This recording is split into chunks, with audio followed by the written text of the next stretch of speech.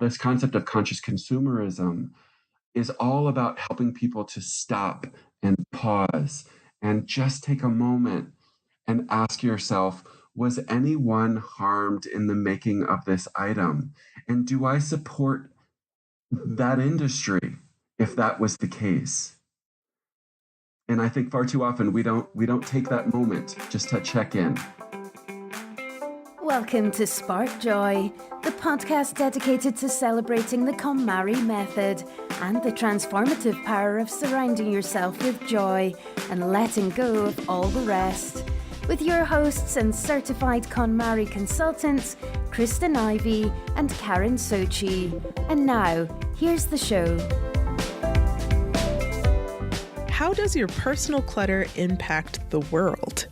Today's guest on Spark Joy is Evan Zislis. He is a professional organizer and best-selling author of the Clutter Free Revolution. Evan helps people focus on the things that matter most: who we love, what we do, how, and why we live. Because everything else is just stuff, right? Currently, Evan is the founder of Intentional Solutions, a business focused on organization, operational systems, time and task management, and more. Welcome to Spark Joy, Evan. Thank you so much for having me. What an honor. Welcome to Spark Joy. We're so glad you're here. So, Evan, I want to ask you about your many paths to getting to where you are. You've been many different things in your life. You've worked in education. You have been a social entrepreneur. You're an author, obviously, and you've done professional organizing. Tell us, how did this journey come about, and how did this all kind of combine and converge into your current business, the Intentional Solutions? Well, I'm so glad you asked. I think, like most amazing things that come to us, they come to us not necessarily without being super intentional about it. In spite of the amount of intention that I try to bring, sometimes things just kind of fall into your lap. So I started my career teaching social studies at Aspen Middle School in Aspen, Colorado. That was my first job after graduate school. And I kind of fell into the Aspen Valley nonprofit scene. That entailed a number of jobs working for a number of very different organizations. But ultimately, what they all had in common was this one thread of organizational leadership. So it turned into a lot of program development and implementation. So basically, what was the mission of the organization, and how did that translate into a program that would inspire the community to want to engage with us? And after over a dozen years working in organizational leadership and program development, the last gig that I had doing that, I knew was a 1-year interim director type of position. And at the end of the year, I had a year-old at home, and my wife was sort of tapping her foot, saying, "Okay, buddy, what are you going to do now?" And the only thing that I felt like I was really good at, that I could sort of turnkey walk into, was helping people to get organized in different aspects of their life. And so I started begging my friends to let me help them organize their garages and their home offices and their kitchens, just to see if it was something that I could do. And I started trading for testimonials at first. And before I knew it, I was up and running. And I had a column in the Aspen Times twice a month.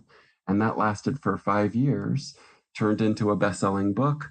And here I am 7 years later, having been a professional organizer.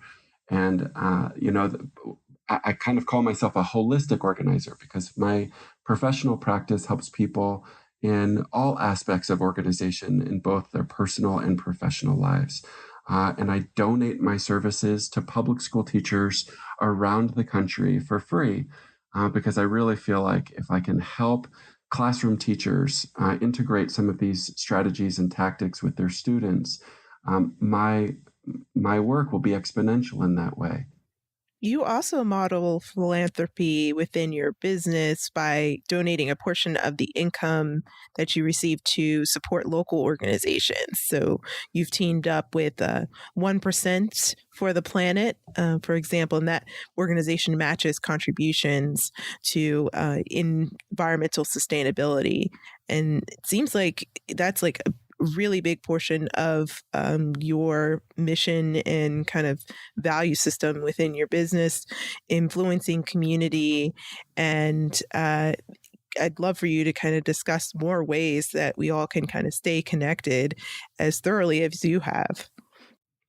Well, I kind of feel like the direction of all of business is kind of moving towards entrepreneurialism. I think there's more and more people who want to be self employed.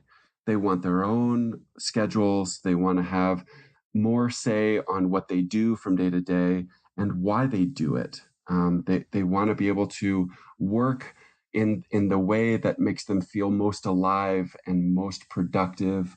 And I think a lot of the good feeling about being an entrepreneur um, is the ability to give back on your terms. So it's not like you make a paycheck and you're just going to pay your taxes and that's your contribution to your community. It comes out of your income taxes or your property taxes. I think entrepreneurs are really looking for um, social causes that they can support and give back to. So for me, I was looking for where can I have the biggest impact? And so, and it's only as recently as last year, reached out to 1% for the Planet, who I have always absolutely admired. And I said, I'm looking for an opportunity to give back in three different ways. I want to look for organizations that are supporting fair trade globally, social justice, and environmental sustainability. So, those are kind of the three things that I feel like we should all be talking about. Those are the areas that I feel like are going to get the most attention in the next several decades as we approach just really dire situations around the world in terms of what are the working conditions that people have to endure in the variety of industries out there. And if you think about clutter, the fast fashion industry is just one example, but it's a good example. What are the circumstances that people have to endure in the course of their work? Um, and what does that have to do with my clutter? So when I look at my clientele around my professional organizing work, I'm always looking to help people, my clients in particular, connect the dots between their stuff, all that clutter, with the impact those things have on a global scale.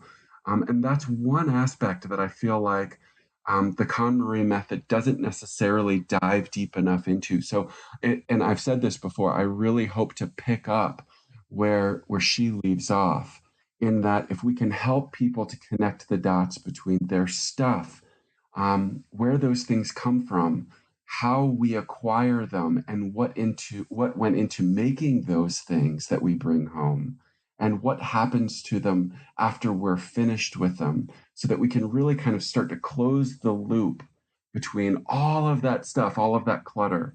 And that's a lot of where my philanthropic agenda comes from, is helping people to understand, where does this stuff come from, and what are the social and environmental impacts those things have, before we acquire them, while we have them, and then after we get rid of them again.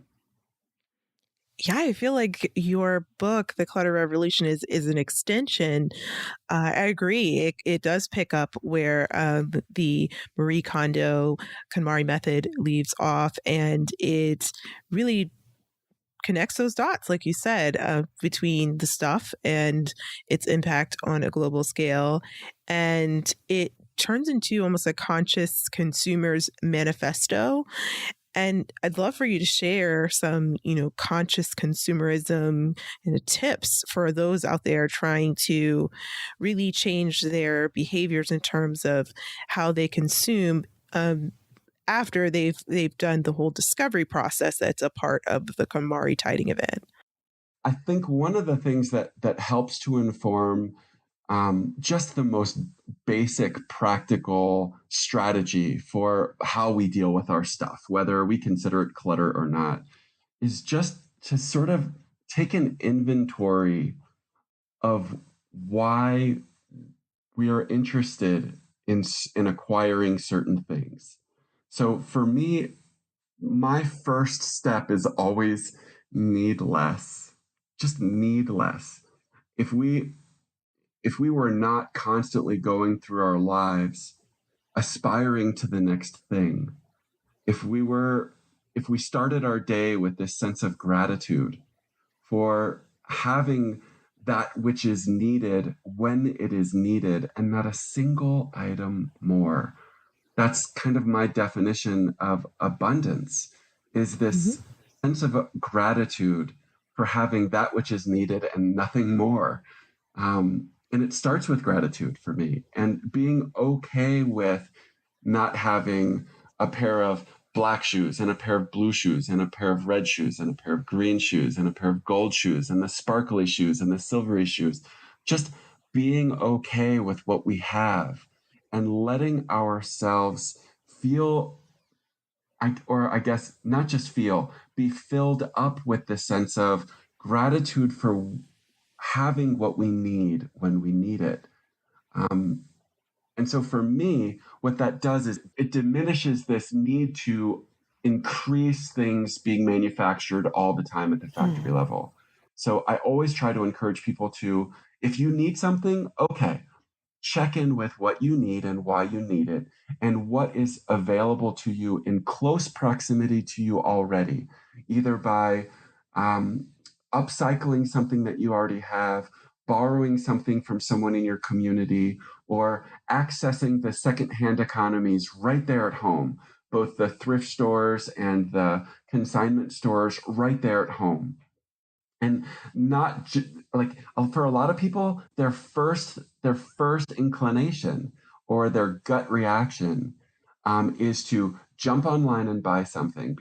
We've made it so easy for people to just mindlessly buy, and not buying the things that are made to last or made with fair trade in mind, so that we're really ensuring that the people who manufacture these items are paid a living wage and are not suffering in brutal conditions on the other side of the planet somewhere, or that the materials that are used to source those items were not sourced in a responsible um, and sustainable way.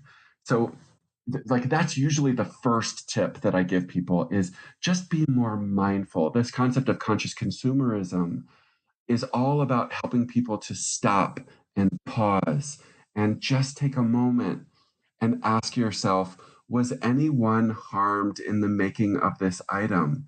And do I support that industry if that was the case?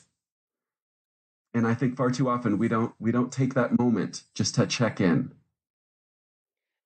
I think for a lot of people, even the act of organizing, because this consumerism is so ingrained in us, a lot of my clients, one of the first things they'll say to me is, okay, so what things do I need to go buy at, name big box store that sells containers? Because the first response to every problem is there must be a solution I can buy for this. That's So absolutely it's right. so interesting to me to think in terms of how we're really looking at trying to uncover conscious and unconscious behaviors that contribute to this idea that there is a consumer solution to every problem in the world. You've given some great tips already on how to begin to look at that from a really practical perspective. How do you suggest that people begin to look at their consumption through a more global lens? We as consumers, that's why it's called the Clutter Free Revolution.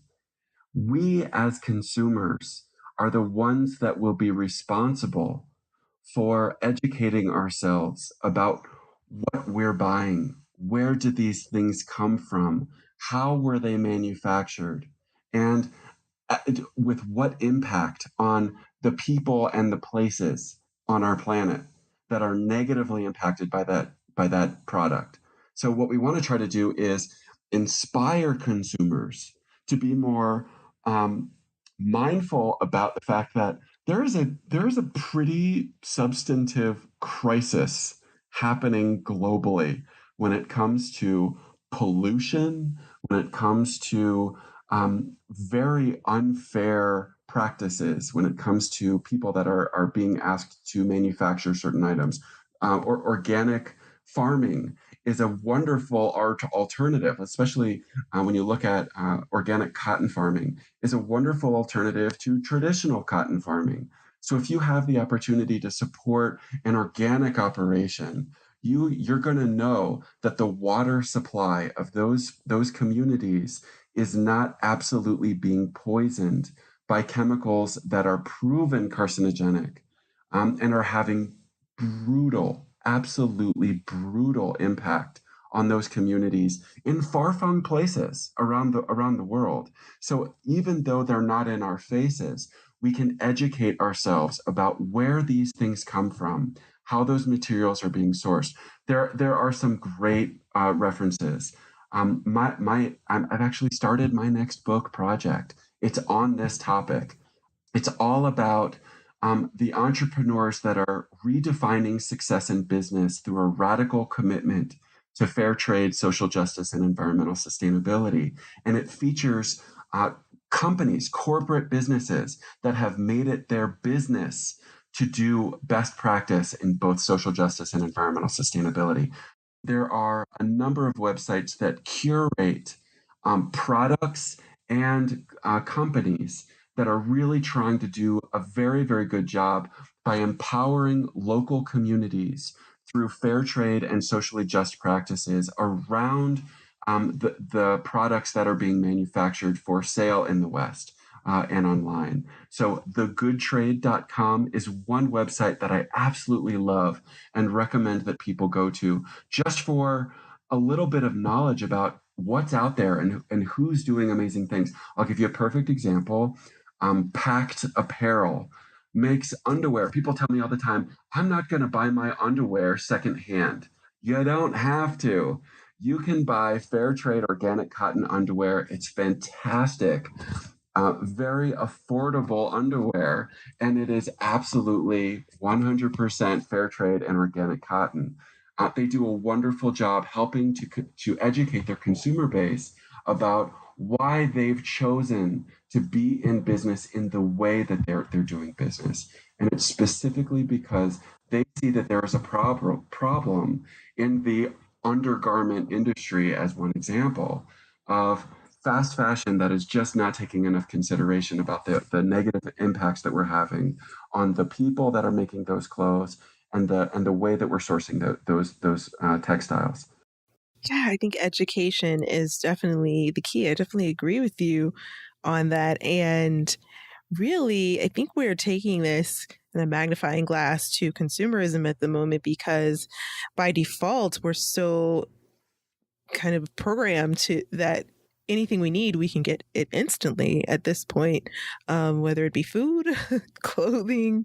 There's all these subscription services out there. We don't even have to leave our house to buy anything anymore. And by default, we don't necessarily think about where is this product coming from, what company are we supporting by purchasing it. And I think it's not something that we can easily solve overnight, right? I think it took us not so much time to get into these holes of buying things instantly because we can put our hands on these things so quickly. But it's the digging out that takes a little bit longer, whether we use the tool of minimalism or the Clutter Revolution or KonMari method. And that's why we really opened this show up to various organizers with different perspectives, and we don't limit it just to the KonMari method because we feel like each one has value, and organizing in general and digging out of consumerism or clutter there's not really a one size fits all solution. So I know that, Evan, your particular method, you've described it as a ridiculously simple 3-step method to organizing that makes you or that makes up your signature style. So can you tell us a bit more about this philosophy? Yeah, sure. The 3 steps are not a secret. They're available on my website for free to anybody who wants to use them. Before we get to step one, I always ask people to imagine, just take a moment. And if we're standing in your kitchen or your living room or your garage or your home office, I always say, if you could snap your fingers or wave your magic wand and have this already be exactly the way you want it, what would it look like? So that is Stephen Covey's highly effective habit number 2, which is start with the end in mind, right? So what is your ideal vision of this space? And let's just take a moment to sort of picture it in your mind's eye. And that mental image, that visual that you have sort of in your brain will inform what we do next. So it's just a 5-minute little exercise that we do just to kind of help inspire you about what you'd like it to be like or feel like when we're all finished. So that's the first thing we do. Once we've sort of created this mental image of what we'd like it to be, we go to step one. And step one is, I want this process to be simple. So step one is simplify. And by simplify, I mean purge the things that do not serve your ideal vision of this space, right? So if something was not a part of that ideal vision, it might be a liability. It might just stand in the way between you and what you'd like to achieve. So let's purge the things out of the space that really are not serving your ideal vision. We do that in 4 ways: what's trash, what's recyclable, what's thrift or giftable, and what's consignable or sellable. So step one is let's purge the things that are going to make the rest of this process easier. So that's first. Step 2 is we need clarity about the essentials, the things that are absolutely essential to who we're trying to be and what we're trying to do. Need to get organized in a way so that things are easy to find and convenient to put away. So step 2 is clarify. And by clarify, I mean organize. Now, these are my 4 rules of organization. And by the way, all professional organizers have some variation of this. So I don't know that I'm necessarily unique in my approach, but my personal 4 rules of organization are: like things together so that they're easy to find, easy to reach, and out of the way. And easy to reach and out of the way are sort of contrasts. So close enough to be convenient, but not so close that they're right in my face in piles all the time. So it's really sometimes difficult for people to know where to put anything if it's close, but not too close. So I have this little formula, and the formula says proximity equals urgency. So I don't know, one of you tell me what that means to you. Proximity equals urgency. Proximity equals urgency. So when I hear that, I immediately think about my bar cart actually in my living room. And Okay. a friend of mine who was helping me move recently was like, "Why do you have these particular lotions here on this bar cart?" That seemed kind of odd to her, right? But it Sure. made sense to me because before I leave the house or before I go see a client, oftentimes is why I'm leaving the house, amongst other things, my own personal life. I like to just do a check in the mirror, put certain lotions on. I also have my hair clips and gum and just the things like chapstick, things like that, in a small decorative bowl on the cart as well. So it's kind of like my station. So although I have other like items elsewhere in my home, other lotions, other chapsticks, because I need those tools urgently for a specific reason, I put them all together near the front door. It helps me get on with my day. Perfect. It's just the perfect example. It's all. What are the things that you're quick reaching for all the time? and putting them in a location that's going to be so easy to get to. So easy to find and then easy to put away, convenient to put away. So those are my 4 rules of organization. That's how we get clarity about the essentials. Now, step 3 is the most fun, and that is inspire. We want people to be inspired by their spaces, but not just inspired by their spaces for the sake of walking in and loving the way that your home looks, also inspired to maintain it in the way that you like it. So when we go into a space and we love it so much, we will get a little bit picky and a little bit fussy about how we like things put away and how we like things kept. So much so that if something was put in the incorrect place, we would be inspired to correct that and put it in the proper place, right? So this is how, if you're dealing with an entire household, for example, and I don't mean professional organizers' households. I'm talking about people that are not professional organizers. How do we inspire those families or those offices to create a culture around feeling so inspired because it's exactly the way we love it, and it's actually quite beautiful to consistently go out of your way to maintain those spaces in the way that we like them. Those 3 steps tend to inform what do we need, where are those things going to go, and how are we going to create the space so that we're inspired to maintain it day after day after day. In the Clutter Free Revolution, you do encourage a little bit of tough love. And in KonMari, we often talk about this idea that it's sometimes necessary to feel a little uncomfortable before you're able to make those really challenging internal changes that are really necessary in order to have a long-lasting and profound impact on the amount of clutter that you have in your home. Can you tell us a little bit about what kinds of things you need to hear about clutter, kind of some of the tough love things that you have found to be helpful with your clients? Sure. I think a lot of people start with and get bogged down with, or they get challenged instantly and to the point of paralysis when they start thinking about the most difficult things, like the things, what do I do with the things that I inherited from family members that are no longer with us? And so a lot of times, what I'll do is I'll put them at ease. I always say, we're not going to deal with those things first.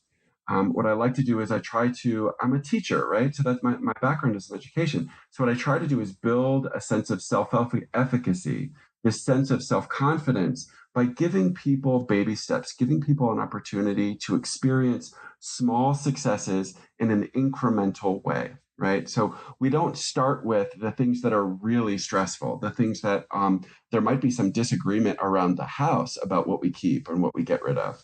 And so what I usually start with is the old cottage cheese in the refrigerator, right? So those are easy decisions. Looking at old yogurt containers that are filled with Chinese takeout, those are easy decisions. If you look at your sock drawer, for example, it's usually a lot easier to go through and sort of purge the socks that have holes in them, and maybe some of the t-shirts that you haven't worn in a while.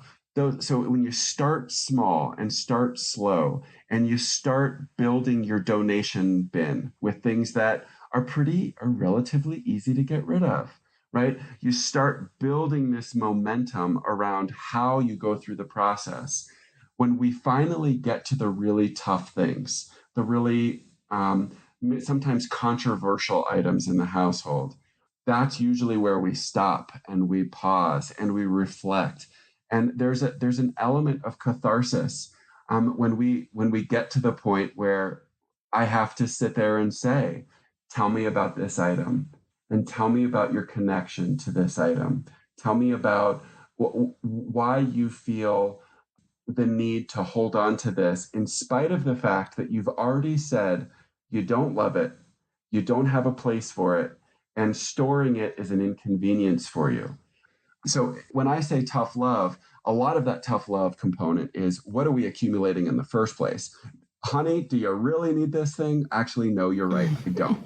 Do you need 50, and I live in Aspen, Colorado. So do you need 50 pairs of black yoga pants? I mean, they're all the same. These are all Lululemon. They're all the same size. They're all black. Like, why do you need 50 pairs of black Lululemon yoga pants? And so some of that is tough love. Some of that Sure. is really just somebody pointing out, um, yeah, Evan, you're right. I really don't need this many of this type of thing. Like a lot of when it comes to tough love, a lot of times somebody will say, how do I know how much of a thing am I allowed to keep? I call that exercise lid on a box. And lid on a box is a really simple strategy for people who have no self-control. So if you're just an accumulator and you just have these collections of things, lid on a box gives you very strict guidelines. The box is the size of the container, a reasonable container for those kinds of things, and it's all like things together. So this is how much I'm allocating for this kind of thing. And once that space is full, that's it. That's all I'm going to get. And if I want to get something new, I'm going to have to take something out of that box because I want to put a lid on that box. I don't want these things just breeding in the cover of darkness and accumulating all over the floor. And before I know it, I've got a situation where all of my corners are absolutely covered in what I call corner crap, right? And carpet cactus, these things that you're just stepping on all over the floor. So, so it's really important for people to start getting these little reminders about how many of something do I really need. I love that you are making these. Well, your Clutter Free Revolution is really aligning well with KonMari method, and I just thought about how I'm hearing some themes, and one being like boundaries for sure. I think it's easy when we come across this idea of what sparks joy to sometimes get a little bit carried away with that. So I love this idea that you have a focus on intentional boundaries, like, okay, we enough yoga pants to fit in this box, for example. That's right. And also this whole idea of working your way up to what is troubling you the most. So not trying to fight the fire, whatever's flashing in front of you, whether it be the kids' toys or paper. I have a lot of clients who want to immediately rush to that problem without kind of stepping back and just easing and, as you said, building that muscle to where you can be more focused on dealing with those sentimental items. And I wrote an article about this, and it's called "Your Joy Is Not Enough." And I think that it was just this concept of how are we taking this concept of what serves me and what serves my family and what serves my immediate needs, and how can I kind of reflect on the rest of the world, and how can I kind of look beyond my own immediate and gratification. This sense of joy can be transcended to this sense of purpose, and this sense of being more than myself, and having this intention around the not just the way that I live, but the things that I need, and having them all support this idea of generosity and compassion and philanthropy. And like, if we can inspire entire communities, the former senior economics director for the NAACP gave this really amazing testimonial of my book, and was like, I had an opportunity to have this really amazing conversation with him.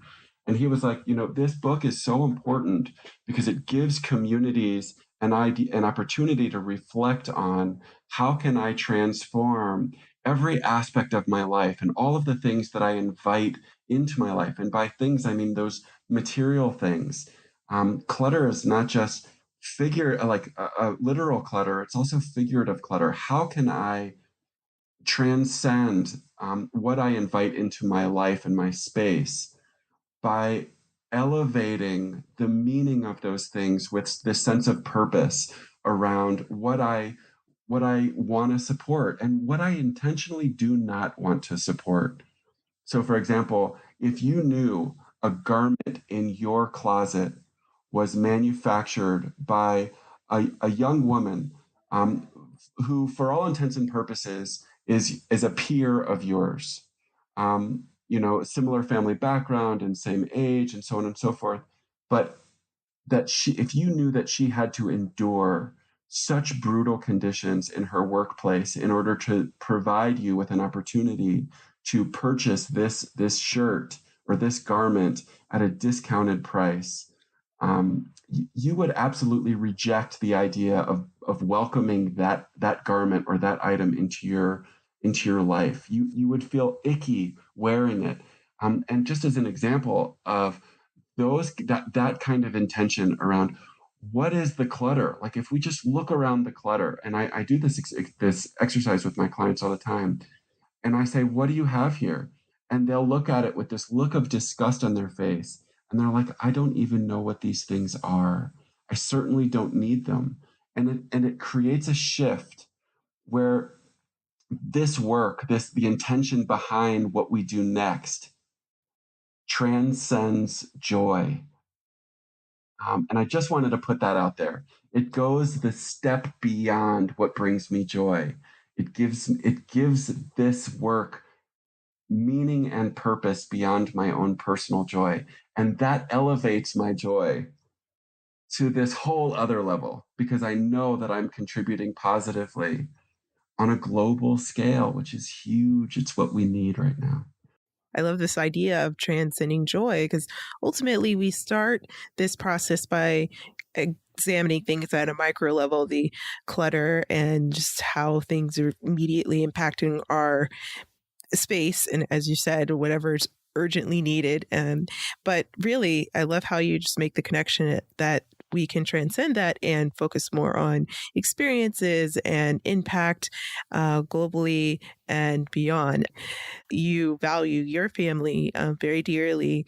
And I immediately got that impression when visiting Clutter Free Revolution. So I'd love to hear a little bit more about how you also live intentionally at home.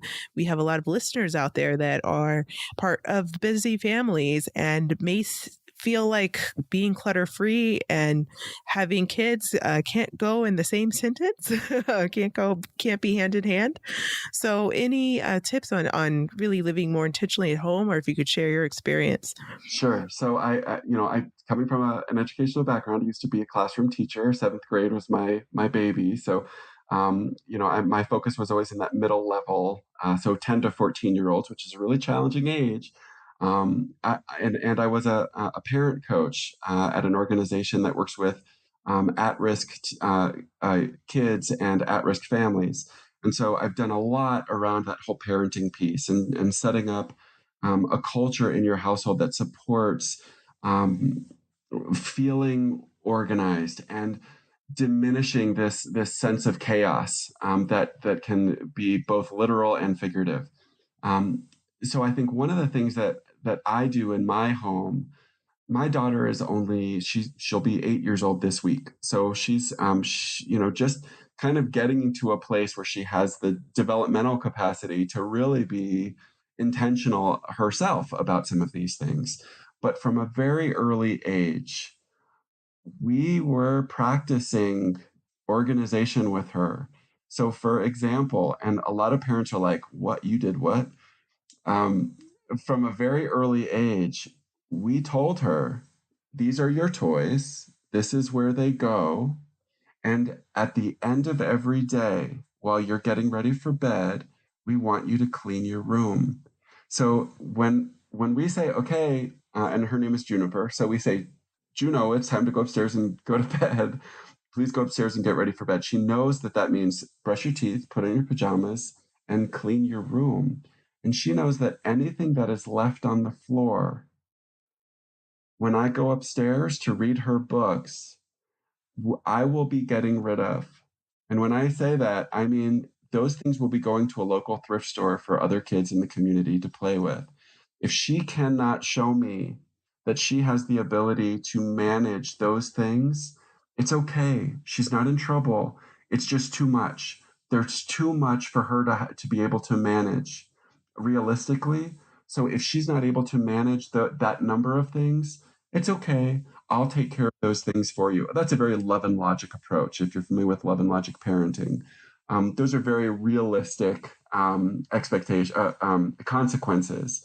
So if somebody leaves something on the floor, it's no problem. I'll take care of that for you. So you bet your whatever, she goes up there and she cleans her room. And if she says, I'm not ready to go get ready for bed, I say, it's okay. I'm going to go upstairs and take care of it for you.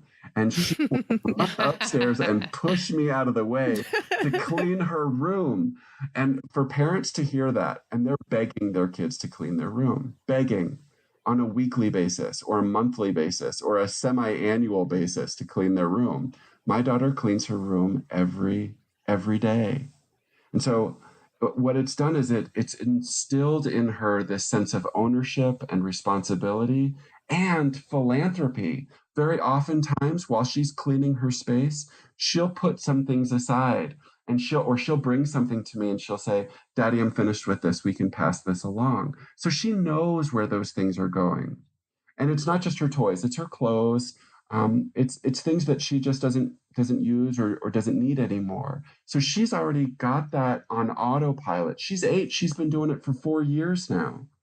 So, and she also has this sense of appreciation for a clean living space. Developmentally, it's more appropriate for her age to have room to play in, space to move around in, than it does for her to have a ton of toys.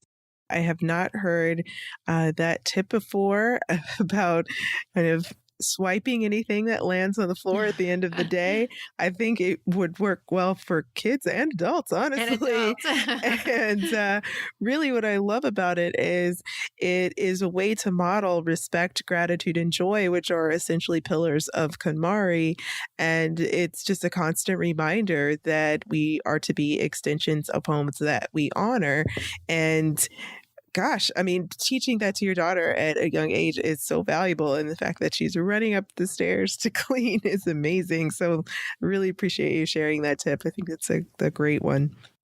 One of the things I noticed about, one of the things that I've noticed in my working with kids is that a lot of times there's, in a cluttered home, there will be just floor to ceiling toys. And I liked what you said about giving kids a space, because my experience is that those kids are just so overstimulated that their attention cannot be held for more than a few seconds by any one toy, because there's just too many options. And so I talk with parents a lot about this idea of if you have toys that, let's take the toys that you have now. Let's try not to bring anything more in. But with the ones that you do have, why don't we try to maybe just give them 2 or 3 at a time? Take a look at what the kids are actually playing with and put everything else away. And then, maybe at some point when they are getting bored with those toys, and you bring out some other ones and let the first set go. Because it just seems like not only are children overstimulated, but all of us grown-ups are overstimulated by how much is just coming into our vision, not only real vision, but into our headspace as well. So it's such an interesting idea. Karen, I think that there's this wonderful dynamic that happens. It's this really elusive idea that is really difficult for people to kind of grasp until they experience it. And that is, the fewer items we possess, the less things we have, the greater value they come to possess. So if you only have one thing, I really only have one thing that was my grandfather's. And it's his Social Security card that was in his wallet when he passed away.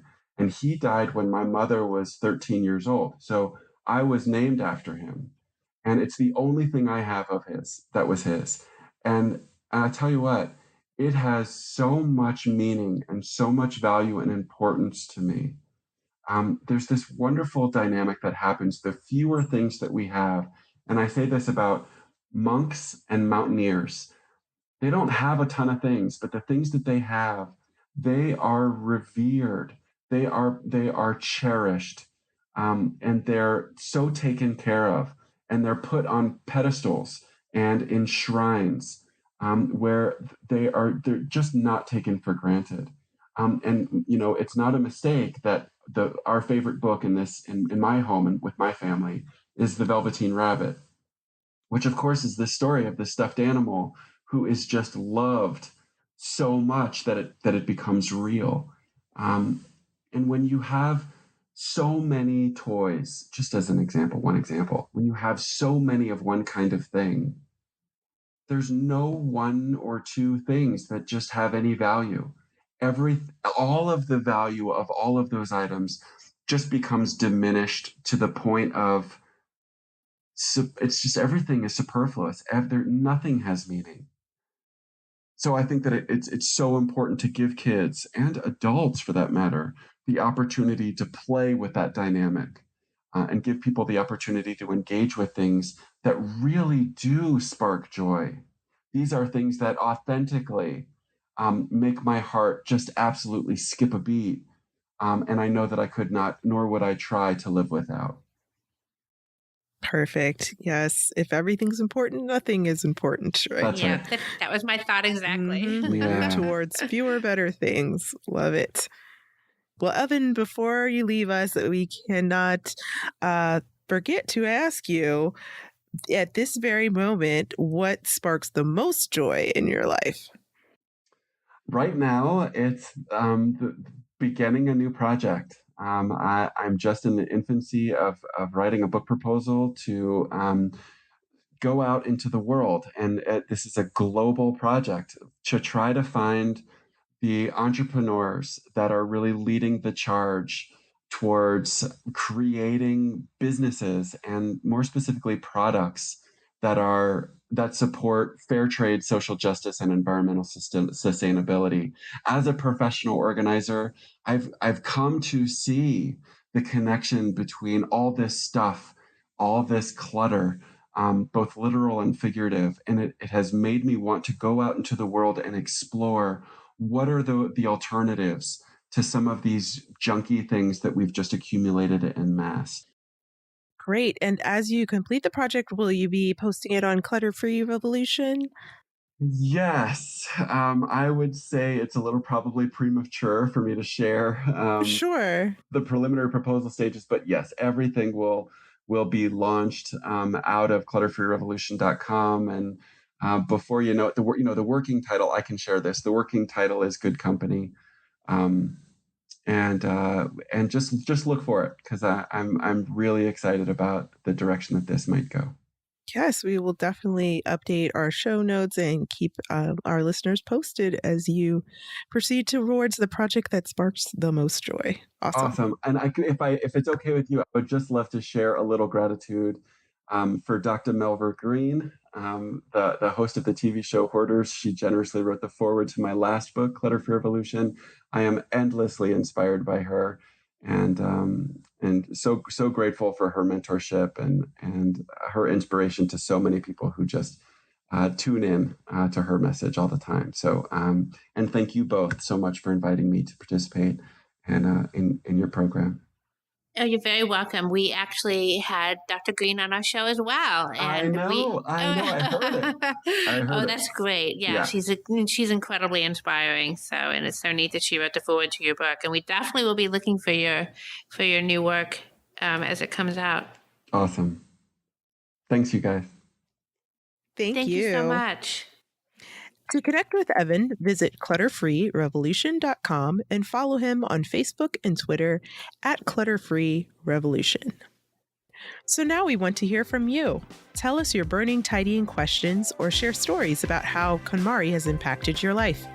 You can find us at sparkjoypodcast.com and click Ask Spark Joy to leave a question or comment for a chance to be featured on next week's show.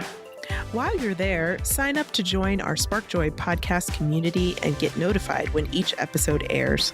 You can also join the Spark Joy podcast community on Facebook, Instagram, or Twitter at the handle at Spark Joy Podcast. Thanks for tuning in, and we hope your day sparks joy.